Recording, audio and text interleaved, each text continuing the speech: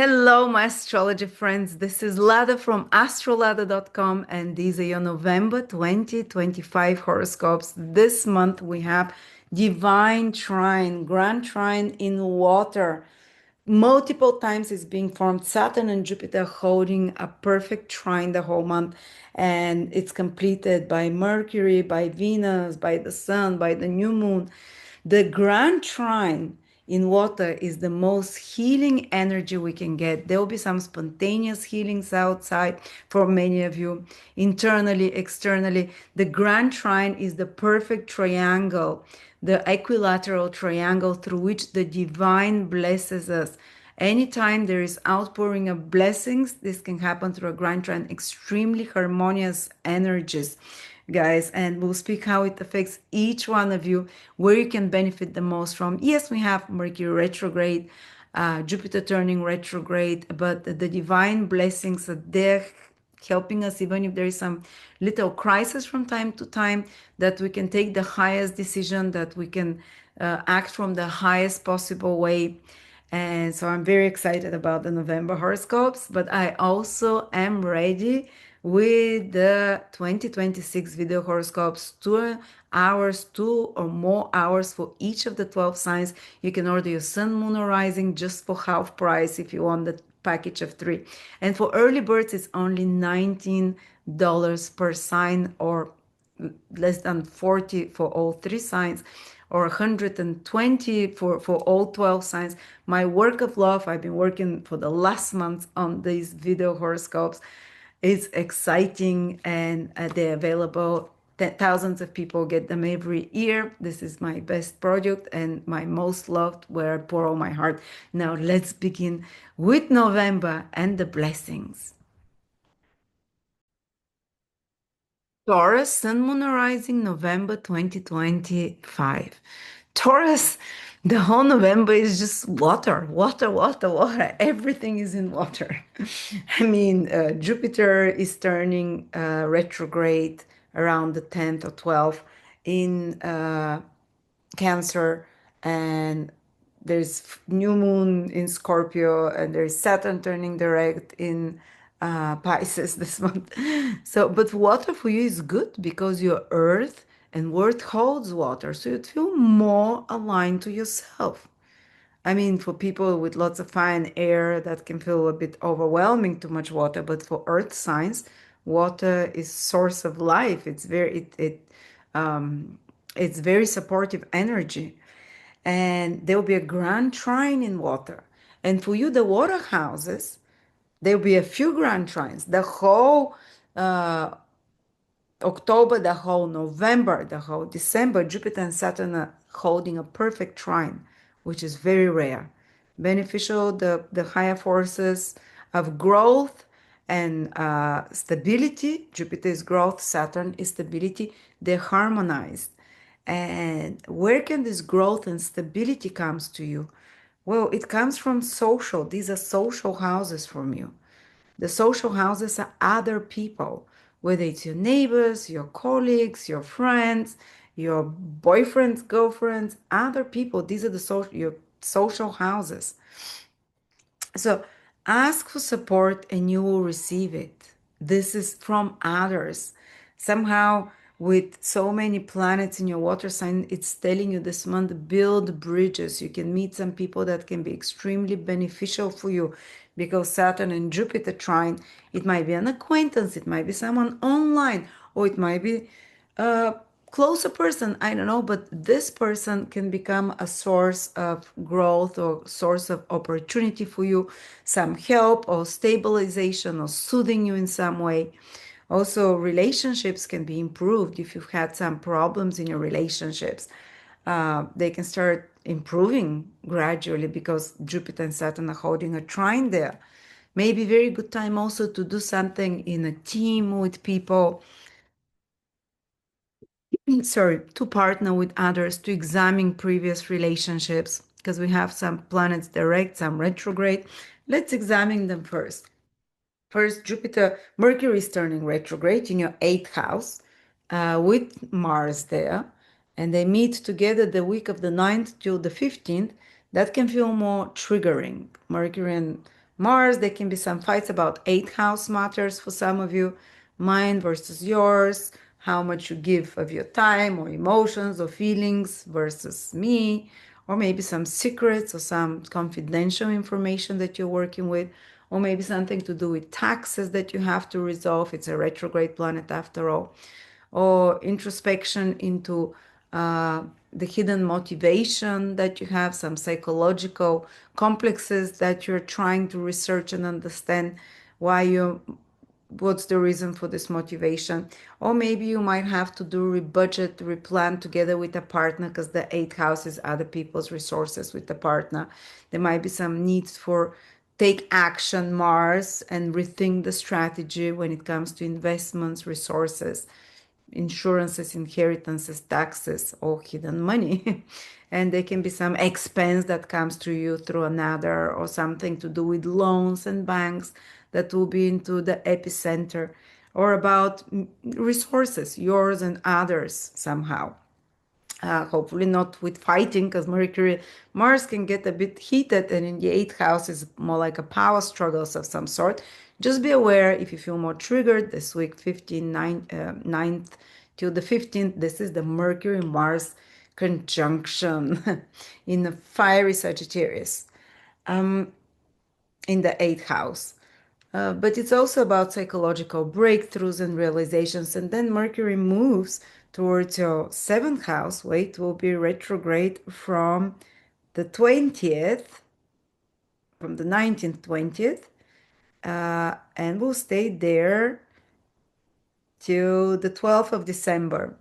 So 20 days there, but it will be retrograde only till the 30th of November. So only the last, how many degrees? 10 degrees of of Taurus will feel it very strongly. So if you're from 20 degrees Taurus to 20 degrees Taurus, especially the last 10 days, the last 15 days of November, you're going to feel this Mercury retrograde quite strong. The last 20 degrees of Scorpio, from 20 till 30 degrees, Sun, Moon, or Rising, Mercury will oppose you. So that's very Mercury retrograde period for you. Of course, you have to be careful not to misplace passwords, to secure confidential information with your phones, with your cars, with any kind of more mundane things. And when you have plans, maybe you're meant to meet someone, but it falls through. You're having meetings, but it falls through in some way. Things go up in the air. The universe wants to take you out of your comfort zone a little bit, especially when it comes to mundane, practical, material things, because Mercury rules those things. You might have to revise something, go over it, or correct it, or see that the way you've planned to do something is not going to work. So you maybe have to try something different. That's very Mercurial thing. But Mercury gives you a chance to see things from a different perspective and even do them better, because it's kind of a skewed view, a different view, an already existing situation. And that situation might be concerning relationships as well. So, a different view of the relationship. The need to communicate something with a partner that was not said, that needs to be said and brought to the surface as well, especially those last 10 degrees of Taurus, and Uranus is back into your sign, Taurus, pretty much from the beginning of the month. Uranus comes back into your sign from the 10th again, 9th. Only the last 3 degrees Uranus will be felt, but again, you get it gets more active, it gets more unstable. And this Mercury retrograde can bring people from the past that you need to connect with in the last 10, 15 days of the month. Maybe boyfriend or girlfriend you haven't seen, someone you broke up with and you haven't had a closure can come back, or you can hear from friends or relatives or someone. Like many times I end up meeting friends I haven't seen for a while when Mercury is retrograde in my seventh house from the ascendant. But as Mercury retrograde, there is a possibility, because it will oppose Uranus, of some crisis for a little bit, that that your schedule is up in the air, that you have to quickly figure out plan B, plan C to organize yourself, but to organize yourself in a better way than your original plan. And it might be about also when it comes to relationship, having to clarify something in a relationship, to Mercury really wants to play the game, the rules of the game fairly. So if and you have Venus also in Scorpio, so it's helping you when it comes to relationship. If there is some more critical situation there, to be more diplomatic, to be kinder, even the response from others to be kinder. But look, so much happening in that seventh house, whether it's one-on-one relationships with clients, rethinking some relationship, giving ultimatum to a boyfriend, girlfriend, or talking out with a partner, something that you want things to be somehow differently, or partner wants to talk out things with you. You see, because first Mercury is retrograde in the eighth house, which is of intimacy, also mutual finances and resources, who gives how much, who receives. And then Mercury continues to be retrograde in another relational house. This can be a re-evaluation of a relationship, maybe someone you don't, and it's not always like marriage relationship. It can be like, I haven't been in touch with those clients. I need to contact them, or I don't think I need to have those people in my life, and you know, possibly I don't like this aspect of the relationship. So maybe revising who is in your social media, who is in your everyday um, people that you meet. And yeah, and sometimes it's about completing a project together with a partner. Mercury retrograde requires you to put some extra effort there. But the funny thing is that there is also a new moon in your seventh house on the 20th when Mercury enters there. And that new moon indicates that with opposition Uranus, exactly opposition Uranus, surprising developments in relationships. Something new comes to you through others. Something new comes through you through your partner, or maybe you're revising how you do relationship, but this also births a new aspects of how you do relationship. So you revise the relationships in of some kind of a relationship, personal or business, or a contract of some sort. Of course, Mercury retrograde there can delay contracts a little bit till the rules are agreed upon, and then you come up with more balanced relationship eventually, or you take some decision, some important decision. But there is this energy of newness and also of rethinking something. Wow. And then Mercury goes direct on the ninth, I think on the 12th, in your third house. Mercury, sorry, not Mercury, Jupiter goes direct in your third house. It's not direct retrograde. I'm sorry, guys. It's very I have a cold and with so much water in my horoscope. It's everything in my 12th, 8th, 4th, not fully there.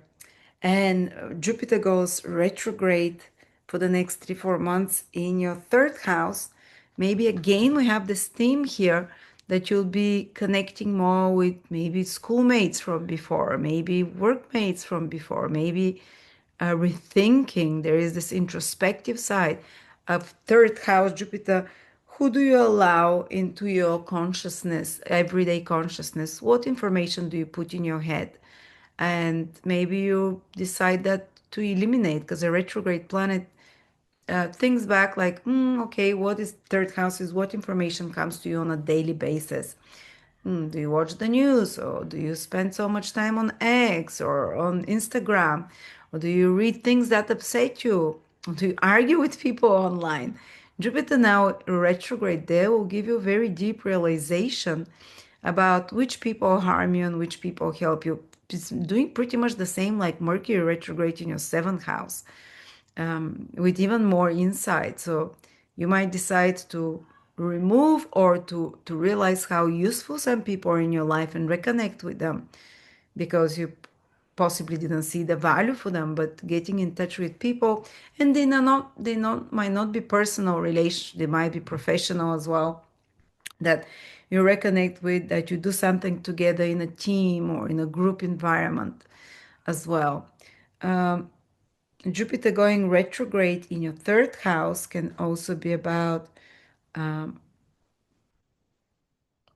something to do with your car and transportation device that you're fixing or redoing. Um, my husband is Taurus moon, and that's pretty much in November. They're taking our car because it has insurance to kind of do the repairs the insurance is paying. So we'll be for kind of a bit without a car for a few weeks, possibly as well. Third house is about yeah, really kind of going back and some skills. Third house rules your skills. So when Jupiter goes retrograde, you might be asked to use skills you haven't used for a while that you already know and do something important with them as well. Or you might be going over some project you've been working on, commercial, business. Third house is anything you write, you speak, or media work. You might be correcting it, improving some papers, documents, and that's like 1, 2, 3 months.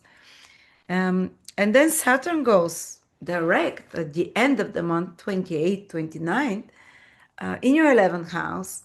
So if there's some complications with friends or delays in long-term goals and dreams or with earnings and gains, it starts getting resolved. This is the last time for the next 30 years Saturn will be retrograde and is turning direct in your 11th house. Maybe you can start seeing the results now from more towards December. The results of if you've been working on some long-term goal or dream of yours, some long-term project goal, when Saturn starts turning direct in your 11th house, you start seeing, and it becomes easy, and you maybe start seeing the results of it. Also, it's if there was some problems with elder siblings, or 11th house also rules friends and social circle, or the collective, maybe colleagues or whatever, that it starts getting resolved as well. And if there were some issues with income and financial gains, which is also the 11th house, Saturn turning direct there says that very likely there'll be a change of wind. So a complicated situation can get resolved. There's a shifting. So 11th house is friendships, it's social connections, is gainfulness, is the money your business does, is the bonuses you get if you get anything like that, the salary you get. It's the support you get from the government as well, is the 11th house, because the government is the 10th. So if you're hoping for anything like that, this comes towards the end of November when Saturn starts turning direct. So you see, Taurus, you see, it's like everything for you except Mars is in those social houses. Reach out to others, connect to others, decide, and you'll be very intuitive. And the planets will show you because they're in such harmonious aspects. Others first can help you a lot this month. Second, relationship, something very important can happen in relationship, but because it's grand trines all the way, grand trines, even if there is some temporary crisis or some decision you have to take because of Mercury retrograde, the opposite Uranus, it is temporary and it's for good. And even if you're removing someone from your life, it's again to free you, to liberate you. Water signs are liberating, to heal you somehow, but also others will help you. And things in your personal, say, romance or in relationship, if you've been having problems, it should it's like a very pivotal moment in November. It should be, and by the start of December, it should be resolved because Jupiter is making trine to Mercury, Saturn is making trine to Mercury, and Mercury has turned direct at the beginning of December already. But something very pivotal might be developing in your life through others. So you just might be meeting people more or communicating or having to work with people more in some way. So, and the new moon eclipse, not eclipse, new moon in Scorpio is also in your 7th house. Other people, very pivotal, very important. Thank you.